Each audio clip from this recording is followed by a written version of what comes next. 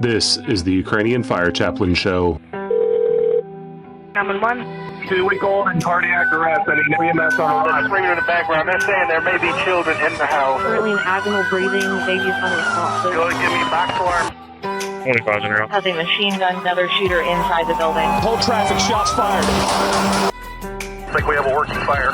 EMS is sending 2 trucks. Agency assist. EMS and fire are already in the Heavy route. fire on the second floor. People inside. Slava Isusu Christu, glory to Jesus Christ. This is Christopher, the host of the Ukrainian Fire Chaplain Show. Welcome back to episode 2 in our series.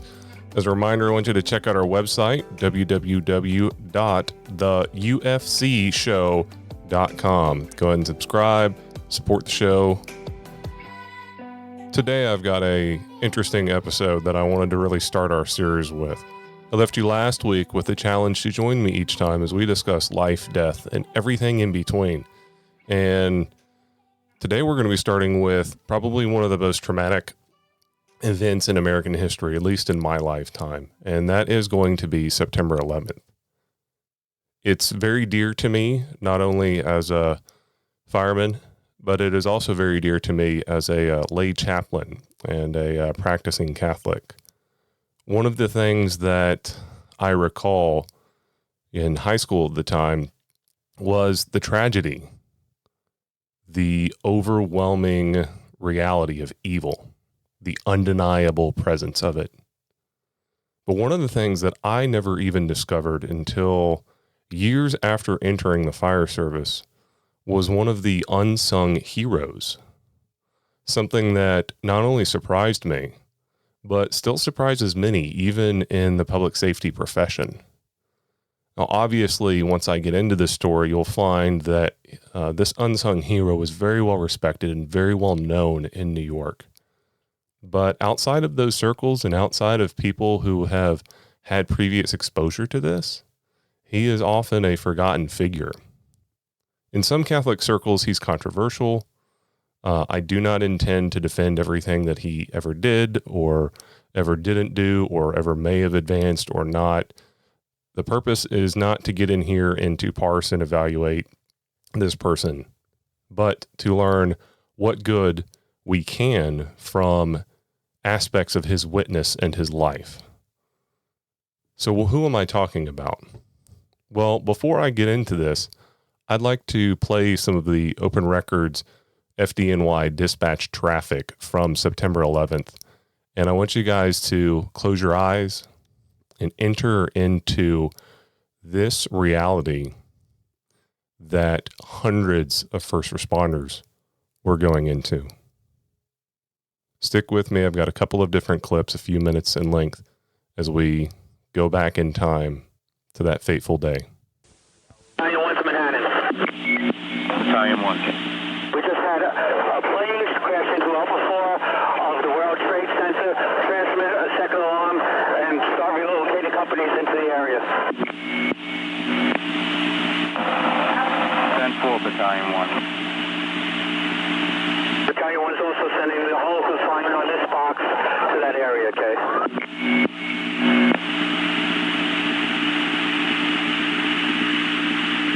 Engine 6 to Manhattan, Engine 6.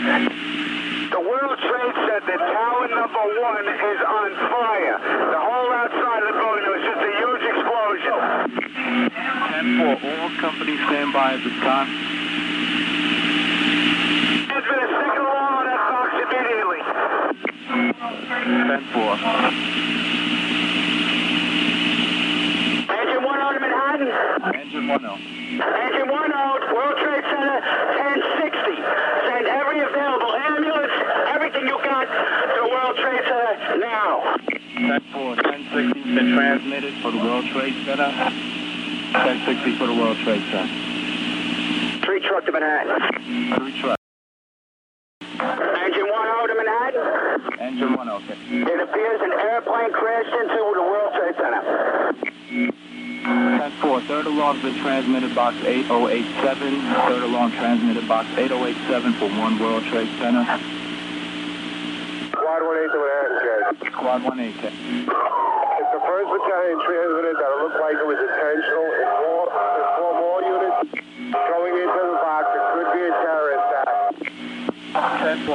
units be advised.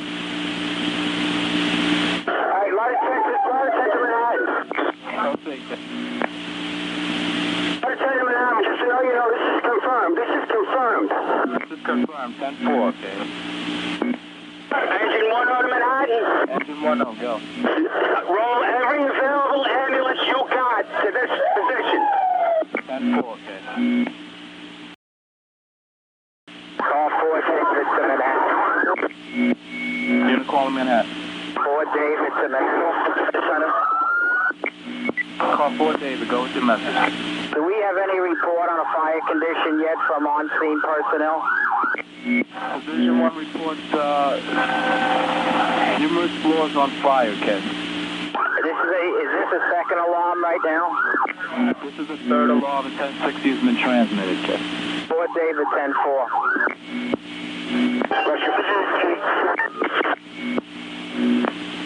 Rescue 3 in Manhattan on your frequency. Marine 1 to Manhattan, Kate. Marine 1. Be advised, we're responding. We'll be in the river in case for water supply. Advise the income units you have visible flames from the side of the building. 10-4, incoming units, be advised, visible flames from the side of the building. 40 Adam to Manhattan. Stick with me. We've got about 2 more 1-minute clips left.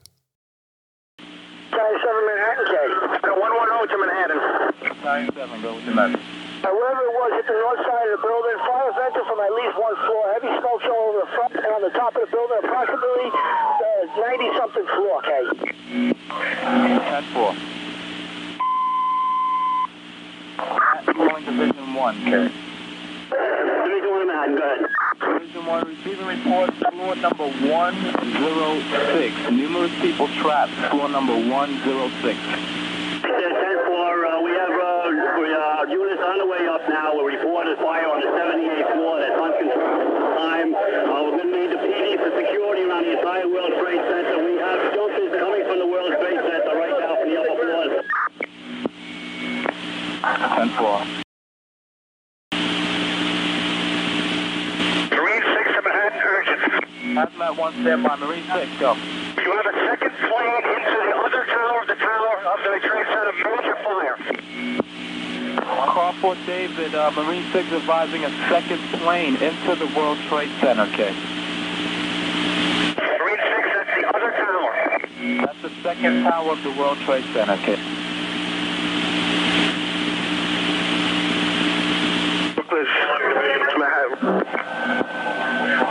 All units stand by in West Target. Manhattan calling call 4 David, Ken. 4 okay. Manhattan calling call 4 David. Call 4 David, Manhattan. Alright, be advised, you're reported a second plane that crashed into the second tower. Also be advised on the 83rd floor, room 8311, we have people trapped. Room 8311, 83rd floor. Call 4 David, acknowledge. Call 4 David, 10-4.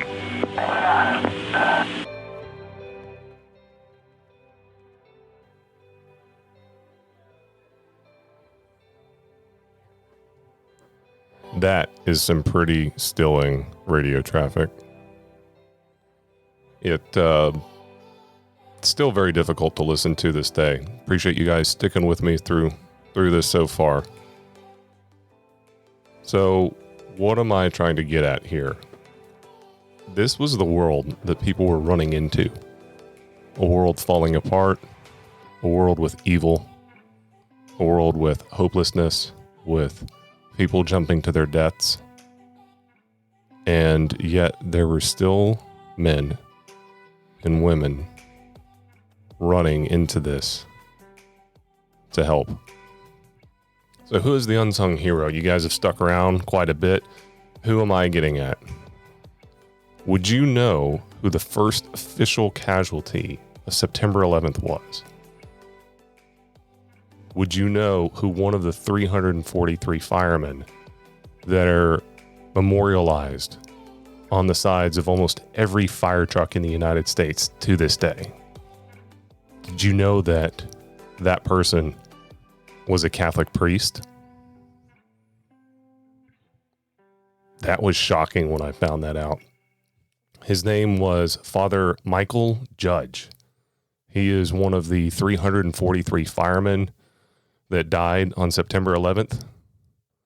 And there is an absolutely amazing story to his life. There have been a number of books that have come out recently that have gone into his life, into some of his unclear and possibly controversial positions within the Catholic tradition. I'm not here to get into that. For the purpose of this show, what I would like to highlight is a deeply flawed individual, like we all are, who answered the call on that fateful day. So a little bit about Father Mychal Judge. Who was he? Yes, he was a Roman Catholic priest, or as we in the East would call them, Latin Catholic priests. What is his story? He was ordained in 1961, lived his life as a Franciscan friar.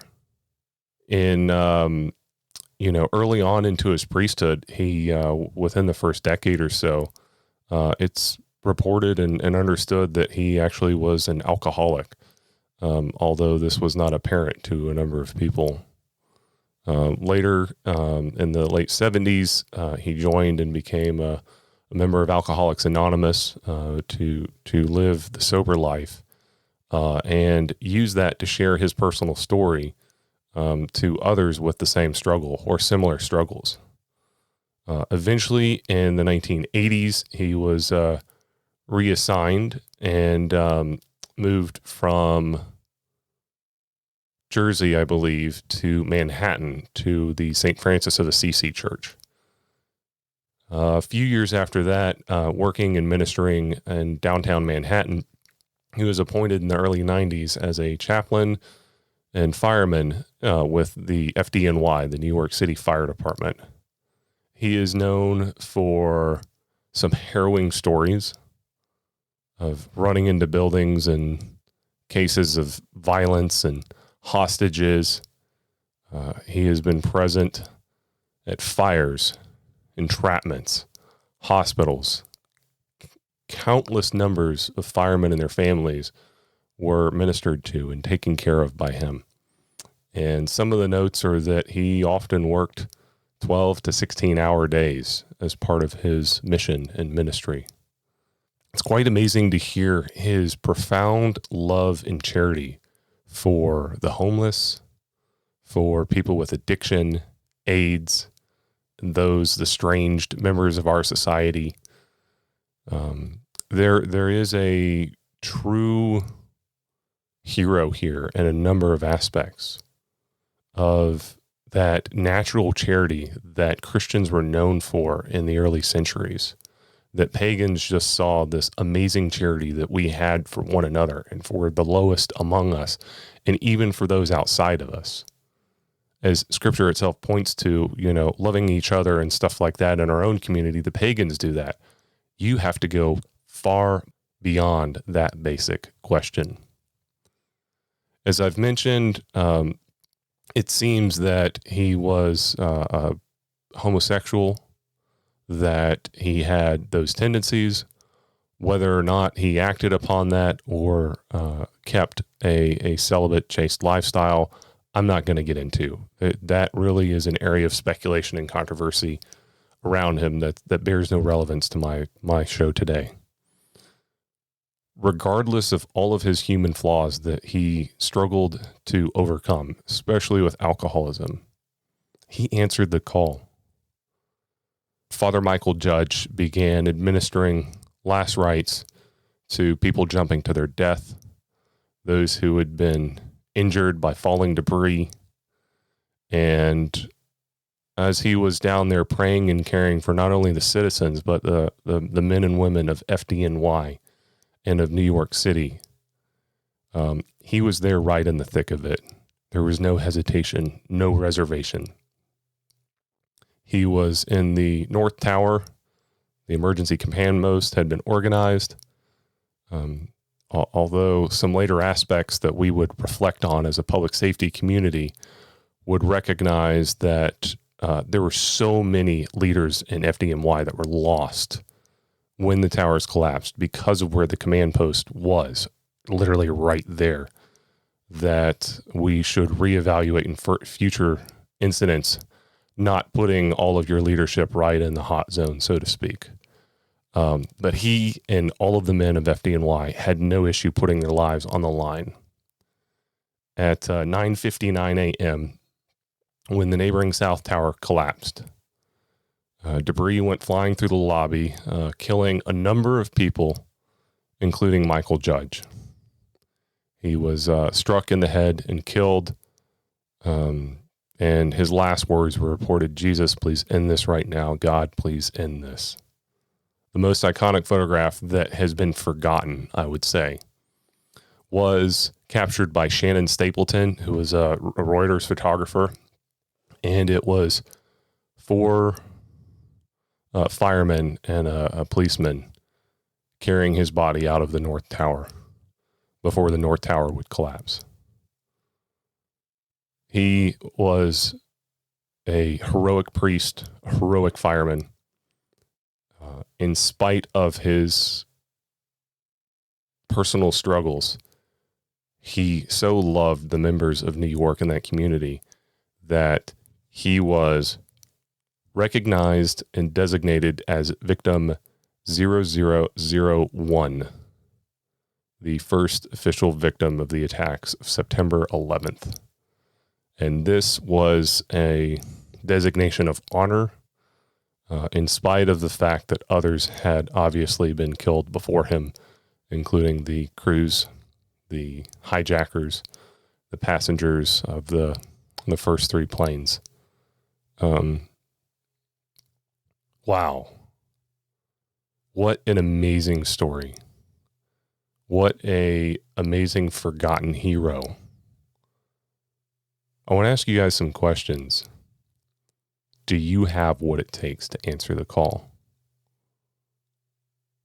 If you don't, how do we get there? How do we become willing to put ourselves in harm's way for our ministry, for our public safety profession, for our fellow man, regardless of whether you work for a retail store, whether you work in an academic institution, whether you sell roofs? How do we get there?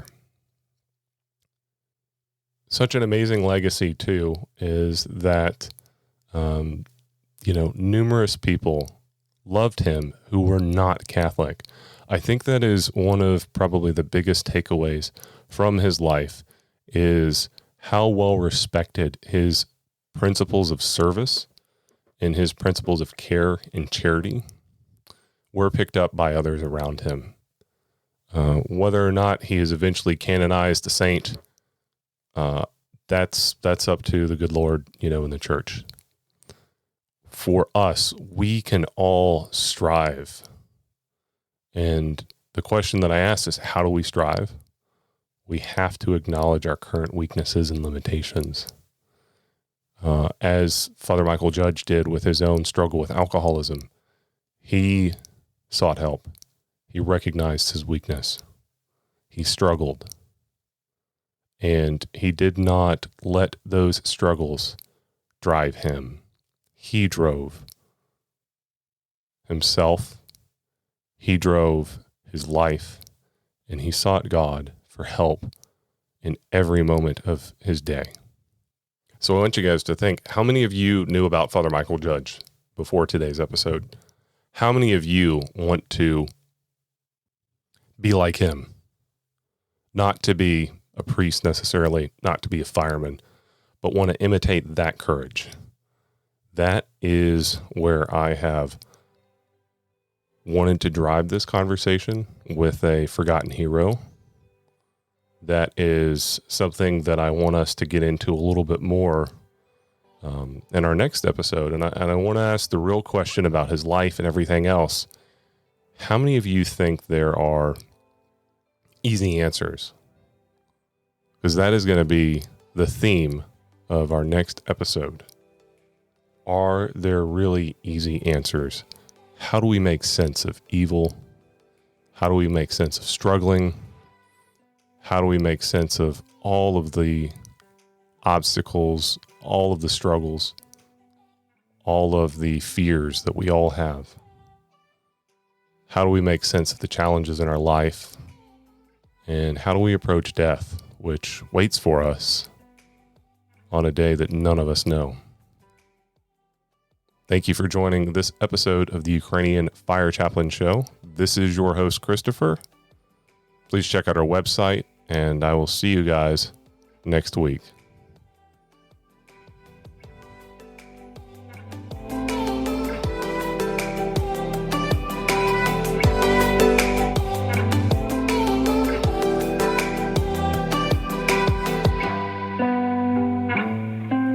I want to say thank you to the music artist Atch for letting us use his song Forever. Check the description for links to his work.